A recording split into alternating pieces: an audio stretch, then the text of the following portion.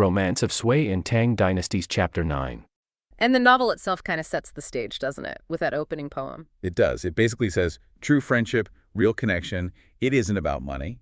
The source is quite clear. Forming friendships does not depend on family assets. Yeah, it's a very idealistic view, isn't it?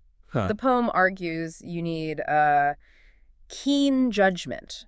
That's the term it uses. Keen judgment, meaning seeing past the surface. Exactly. Seeing the real person, the honorable soul, even if they're a distressed brother, someone who's fallen low. It even warns, if your friends are just there for the money. You'll vanish. Like floating clouds, gone the second your luck turns. So this whole story we're looking at, it's like the perfect, brutal test of that idea. Okay, let's get into it. This central drama. We meet Qin Shubao, and he's desperate. Utterly. The book doesn't pull any punches. It says he's ragged and ugly as can be. Just really emphasizes his low state. And he's trying to sell his horse, his war horse, his last valuable thing. Which immediately sets up this huge irony, doesn't it? Oh, definitely. Here's this guy, famous across the land, for bravery, for skill. And he looks like a beggar, just trying to get rid of his horse. And that's when he runs into Shen Qiongson, another big name, powerful, also known for being, chivalrous. Now, this is fascinating. Shen Qiongson hears Shubao is from Jinan. Right. And he immediately asks about the Jin Shubao, the hero, the famous Sai Zhuanzu. Yeah, that reference to a legendary loyal figure. So Qiongson knows the reputation, he knows the name. But he doesn't recognize the man standing right in front of him. No. And that's where the shame just hits Shubao hard. He's so mortified by his rags, by having to sell his horse. He just can't bring himself to say, yeah, that legend, that's me. Imagine the humiliation having this powerful figure see him like this. So he lies. He makes up a name, Wang. Claims he's just a colleague, someone who knows the great Qin Shubao. It's this incredible moment of self-erasure, isn't it? Yep. Driven by pride, maybe, but mostly just desperation. Hiding his poverty is more important than claiming his fame right then. And the irony just deepens, because Shen Qiongson buys it completely. He treats this Wang fellow with, well, amazing respect. Totally. Then he adds these gifts, which are just extraordinary. Right. Extra travel money, 3 whole tails, and 2 huge bolts of loose silk. That's like high-end stuff. And he's giving all this status, this wealth, purely based on his connection to the absent Qin Shubao. It's like reputation by proxy. Or maybe reputation credit, as you put it. But hang on, is this really that golden stone friendship the poem talked about? Or is Shen Qiongson maybe performing a bit, showing off his own generosity by honoring a famous name? That's a really sharp question. Because, if he'd recognized Shubao, maybe it would have felt more like charity, right? A personal favor. But by honoring this supposed colleague, he's actually signaling his own character to everyone watching. He's showing he has that keen judgment. So he's taking a chance on this ragged guy, Wang. Because Wang is linked to the great Shubao. It reflects well on him, Shen Qiongson. It built his own social capital in that world. He's honoring the idea of Shubao. And the real Shubao, standing right there, just gets the material benefits. Yeah, it's complex. That distinction is crucial. And Shubao knows it. He gets out of there fast. He has to. He's probably terrified the lie will fall apart. The text captures it so well. A good horse rests in the stable. A hero hides his fate. Though zealously admired, face to face they do not know each other. Just dripping with irony. And just before he leaves, there's this little interaction. Yeah. It tells you something important. Oh, right, the servant. Yeah, the old manor servant runs after him, asking for his commission. The finder's fee for the horse sale. And Shubao, who was literally penniless moments before, immediately breaks open that travel money Shen Qiongson gave him and gives the old man a silver ingot. A hefty one. It shows his character, right? Despite everything, that generosity, that hero's heart, it's still there under the rags. Exactly. His inherent nature shines through, even then. So he leaves that world, the world of the manor where reputation bought him riches. And walks straight into the marketplace, the world of commerce. He's got silver jingling. He's got this expensive silk rolled up under his clothes. But he's also starving. Understandably. So he sees this tavern. Looks good, smells amazing. Aromatic and fragrant food, the text says. He thinks, okay, I have money now. I can eat. My problems are sort of solved. He's got the wealth. But can he buy respect with it? That's the question now. And the answer comes brutally fast. Yeah, because the service industry, unlike maybe the nobility, they judge instantly. They don't know reputations. They see the clothes. That's it. The moment he steps towards the door, the waiters see the rags. And they immediately size him up. A wandering minstrel, maybe? Someone who definitely can't pay. So they block his way, physically stop him from entering. And they don't just stop him, they insult him. They make up this fake local rule. Right, saying people like him have to pay up front before they even get a drink. Fearing trouble with the bill afterward, they say. It's pure prejudice based on his appearance. The contrast is just stark. Minutes ago, his name got him tales of silver. Now, his coat means that silver is basically worthless for getting through the door. You can feel the rage boiling up in him. Yeah. Shame. And he reacts. He's a powerful fighter, remember? He just shoves them, sends 4 or 5 waiters sprawling. Demands to know why he's being treated like this. He just wants to buy food. And the narrator drops that line. The world looks at the hot and the cold. People follow the high and the low. It's just how things are. This commotion brings the owner running, of course. Yeah, the proprietor steps in. But is he apologizing because he respects Xu Bao? No way. He's worried about the damage, right? A brawl is bad for business. Exactly. So he smooths things over, tries to appeal to, universal rules. No reason to waste silver before drinking, he says. This is a business calculation. Yeah. Reduce the conflict, get things back to normal. Not about actually respecting the customer. Right, because even though the owner lets him in, he doesn't actually fix the underlying judgment. Xu Bao walks inside. And he immediately clocks the layout, the seating arrangement. Yeah, it's instantly obvious what's going on. The main hall, that's for the fancy folks. Decorative tables, nice chairs, poetry on the walls, the gentry section.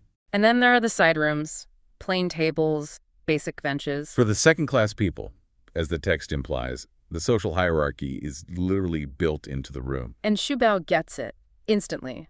He realizes that apology meant nothing. The judgment still stands. So he sits down in one of those side rooms, the eastern one, and he thinks bitterly, this is the seating arrangement for our poor attire. He accepts it. He sits where his clothes tell him he belongs, even though he has silver and silk hidden away. But it gets worse, doesn't it? The humiliation isn't over. Not even close. The waiter comes back. And what does he bring? The absolute worst food they have. Cold wine, cold beef, frozen fish, served in cheap clay pots. It's not just bad service, it's deliberate. It's reinforcing their judgment. This is what your kind gets. Institutionalized insult. This has to be the breaking point, right? Emotionally, yes. Inside, he's raging. He's a warrior. His first instinct is probably just destroy the place. He thinks, am I fated to eat cold things? You can feel the fury. His mind is screaming, I want to grind their entire estate into powder. Pull down their house, and he probably could. He has the physical power, he has the justification, arguably, but then he stops himself. He checks that rage. Cold. Why? This is the crucial part. He thinks about his reputation, not his immediate feeling, but his long-term standing. Right. He realizes if he kicks off, if he smashes the place over a cold meal, what's the story people will tell? It won't be about injustice. It'll be a hobbing, a shameful story, a piece of gossip among his friends, his peers. You hear about Xu Bao. Went nuts in some tavern in Luzhu because his fish was cold, got into 2 fights over lunch, and didn't even eat. It would make him look ridiculous. And dignified. Petty, even. Exactly. And that calculation is what defines his heroism here, I think. He understands his reputation, his social capital, is his most valuable long-term asset. More valuable than immediate revenge. So he swallows the anger and the cold food. He endures the humiliation to protect the future narrative. The hero's story matters more than the starving man's immediate satisfaction.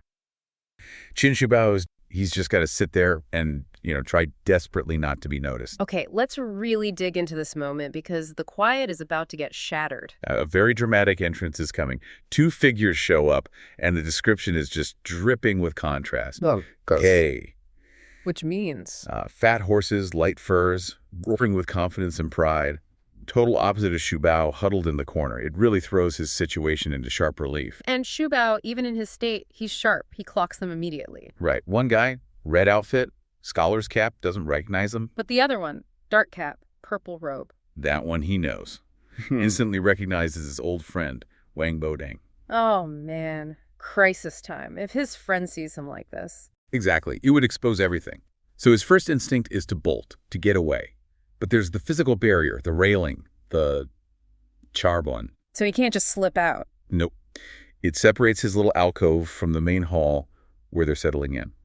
Crossing it means being seen. He's literally cornered. So what does he do? He tries to hide in plain sight. Sort of. He sits low, turns his back to them. The text says, "Butiki," like crouching low, like a tiger ready to pounce. Which is ironic, right? Yeah, because trying that hard to be still and unseen is exactly what makes him look suspicious. Precisely. It's unnatural. Wang Bodang notices this guy who's constantly fidgeting, shifting, trying to make himself small, but just failing. And Bodang asks someone with him. Yeah, tells a follower, "Go check out that man. He looks a bit like Master Qiong of Qiong." And this follower is observant. Really observant. Very sharp. He notes the guy's drinking wine, but then, nobody in the world drinks wine like that. He's so tense, so still. The posture gives him away. The rigidity. It screams, "I'm hiding something." And the recognition is basically confirmed. Xu Bao has to drop the act. And there's that great line summing it up. Yeah, the couplet. Even hiding. He's a crane among chickens, a sharp point that eventually pokes through the sheath. His quality just can't be fully hidden, even by poverty and shame. It forces the confession. He finally has to say it. Third brother, it is the incompetent Qiong who has fallen on hard times here, just owning it. And Wang Boding's reaction, pure heroic code stuff. Instantly, no judgment. He gets up, takes off his own expensive purple robe, wraps it around Xu Bao, that great image, embraces him, pulls him into the hall. And they weep. Yeah, real emotion, a sign of deep comradeship. But Xu Bao, he pulls back a bit, doesn't he? He does. He actually stops his own tears, holds on to that idea. A real man doesn't cry just because he's poor. So even now, he is managing the image, downplaying it. Right. He quickly says, "Oh, it's nothing, just waiting for this document, and a bit behind on rent." He refuses to lean into the pity, even when his friend is offering total support. That strength, that refusal to wallow, it feels important. Does it connect to, the bigger picture? It does, actually.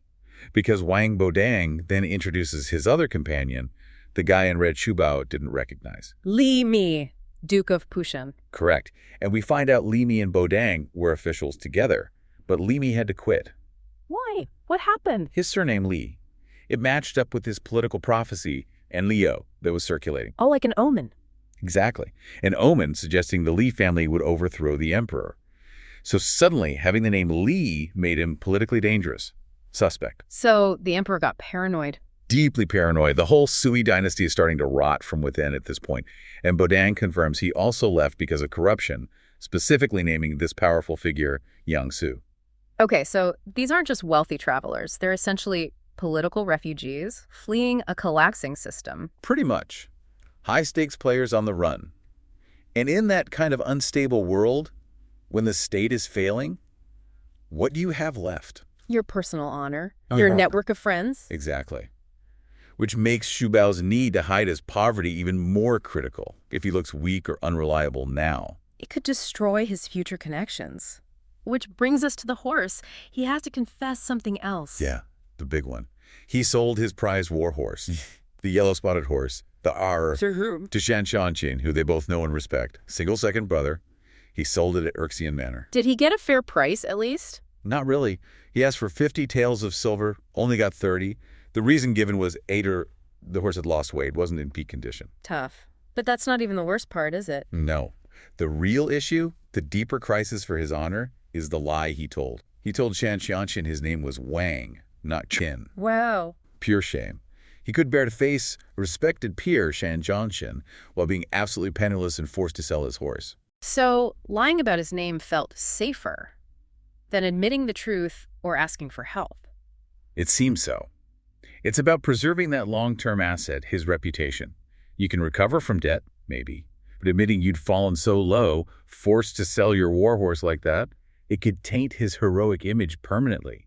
The lie was like a shield. A psychological buffer. Okay. It let him keep up a facade, at least momentarily. But what's really interesting is Shan Xiangxin's reaction, even with the fake name. Right. Shan Xiangxin must have sensed something wasn't right. Despite the lie, he still gave Xu Bao 2 bolts of fine silk and 3 taels of silver, specifically for travel expenses, the 8. So the crane among chickens thing again, his qualities shone through somehow. Seems like it. But the fact remains, Xu Bao told the lie. And because of that, he can't go with Wang Bodang and Li Mi now. exactly. He says he can't join them because it would expose the fact that his story, his identity has been shifting. If they show up with him, Shan Xiangchen will immediately realize Wang was actually Qiong. Which would be embarrassing for everyone involved, exposing the lie he told out of desperation. Right. So he makes a tough choice. He turns down immediate help and companionship to protect the integrity of that, well, necessary lie. What's his plan then? He tells them, you guys go on, explain it to Shan Jiangson later. He insists he has to leave right away. He's been away too long. He desperately wants to see his mother. So he'll use the money Shan Jiangson gave him. Yeah, the travel money. Yeah. Use that to buy some decent clothes and just head home immediately. It really shows his character, doesn't it? Prioritizing honor, family duty over just taking the easy way out. Absolutely. So now picture this. He heads back to the inn with that noble purple robe Wang Bodang gave him. But the innkeeper, Wang Shower, he doesn't see the robe, does he? Nope. He just sees the guy who owes him money and who probably failed to sell his horse. Ah, Wang Shower. Nicknamed Wang Tiger. Zhu Bao himself called him Niu. Calculating, hot and cold, someone whose attitude towards you depends entirely on whether you seem like you can pay. But the story gets us this interesting little twist here. Zhu Bao actually praises the innkeeper's wife, Lu Shi. Really? What does he say? He notes she's virtuous, a good woman, and he even suggests her wisdom has maybe forced her husband to treat him a bit better than he otherwise would have. He uses the phrase, "ji." A virtuous wife means fewer troubles for the husband. Interesting. So maybe there's some decency there because of her. Perhaps. But whatever influence she had is about to evaporate, because Zhu Bao arrives back late. After having wine with Bodang, which Bodang paid for. Right. Wang Xiao assumes the worst. Yeah. The horse deal failed, Zhu Bao still broke, no money coming. So what does he do? He locks the main gate, locks his most potentially high-status guest out. It's more than just locking him out. It's a public humiliation, a declaration that Zhu Bao is worthless, bankrupt. Wang Xiao tells him coldly, "Oh, the key's with another guest. Why don't you sleep on that clean wooden cabinet outside?" Outside. In the cold. On a cabinet. This hero, just moments ago, wrapped in a nobleman's robe. Now being told to sleep rough like a beggar, the insult is just huge. And Zhu Bao's reaction, predictably furious. Oh, yeah. The text is vivid. Cold. Teeth clenched, sparks practically shooting from his eyes. He's ready to smash that door down. Fight the innkeeper. The warrior instinct kicks in hard. But he stops himself. This is crucial. It's the absolute test. He pulls back from the brink. Why? He realizes fighting leads to getting the authorities involved, officials, delays. Which would wreck his plan to go home immediately. Totally. And it would also make him look like a fool, contradicting the praise he just gave the innkeeper, thanks to the wife, when talking to Bodang and Li Mi. He can't lose face like that. So losing his temper would actually undermine the very honor he's been trying so hard to protect. Exactly. He applies that classic principle. A small lack of patience ruins the big plan. His real battle right now isn't with Wang Tiger, it's with his own anger. So how does he handle it? Brilliantly, actually. He uses the one weapon he now has. Money. Or the promise of it. He doesn't beg, doesn't argue, he just announces, loudly enough for Wang Tiger to hear. That he has silver. He can pay the debt. Boom. Instant change. Wang Tiger's nature flips immediately. Suddenly friendly. Oh, yeah. Claims he was only joking about the locked gate, just teasing. And who brings the key? Lu Shi, the wife. Probably terrified her husband was about to get beaten up. Very likely. The power of cash just wipes away the moral insult in an instant. So Zhu Bao settles up. Generously, too. Pays the whole bill, 17 taels. And he makes a point of saying he's not counting the 3 taels he'd previously gotten from another connection, Kai Tai Shu. Why mention that? Integrity. He's showing even to this weasel of an innkeeper that he only uses money obtained honorably. He's reinforcing his reputation down to the last transaction. He makes sure to thank Lu Shi, though. Acknowledges her kindness. Yes, singles her out. Then he grabs his stuff. That vital document, his signature weapons, the heavy double maces, and his luggage. And he's out. No looking back. Gone. Straight for the ease gate. The text says his heart was anxious like an arrow speeding towards home. A clean, swift exit from a really dark chapter. Wow.